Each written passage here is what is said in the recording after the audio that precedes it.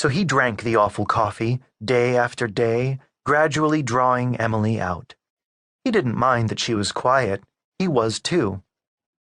He knew from the first she wasn't quite right, and that, for some reason, drew him even closer to her. It wasn't curiosity, and it wasn't a Galahad complex. Jack didn't have time for most damsels in distress because all too often the drama was of their own creation. His own romantic experiences had mostly been the short-lived flings of his youth. Just when he might have considered something more serious, he'd gotten into the family's bad books. The attraction he felt to Emily was so strong that he sensed she might be family. But she didn't act like it, didn't know any of the passphrases, and he didn't dare push any further when she kept looking at him like he was crazy, saying things she didn't understand.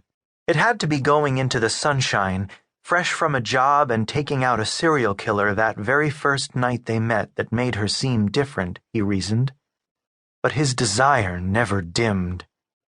So he continued to stop by the diner whenever he could, and sometimes they'd chat, and he'd swallow the awful coffee, thinking, someday it will be better than this. We'll be together. Then he'd go home and try to sleep, and try to put her out of his mind, and fail at both. His obsession took deep root. He hadn't really meant to follow her home 3 weeks after their first meeting.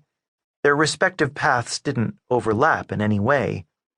He attributed the coincidental change in his route to his well-honed sense for trouble, and he thought he'd managed to keep from being observed following her, another Fangborn skill. It was the 4th time that it happened, what was becoming a habit of sorts, that he realized he was getting hung up on Emily Vargas.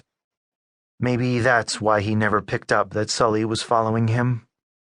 Hung up was a nicer way to think of it than obsessed. He still avoided using the word stalking, even as he recognized that his actions were those of a stalker. He knew better than most what that meant, and he shivered at the thought even as he brushed it away. Truth be told, there was that particular frisson of joy and anticipation that attended Stalker, and he tried to ignore that, too. It wasn't a great way to live, but eventually his patience got him the results he wanted. He woke up one day, 3 months after that first meeting, so filled with the idea of asking Emily out he could barely think of anything else. Jack had reached the breaking point, needing to know how she felt, and suddenly, finding out seemed of even greater importance than the possibility she might reject him. After an interminable day of filing boilerplate paperwork at his insurance job, he went to the diner that evening, reasoning that she'd feel safer than if he'd tried to catch up with her as she left her shift. As she poured him his usual hated coffee, he started in.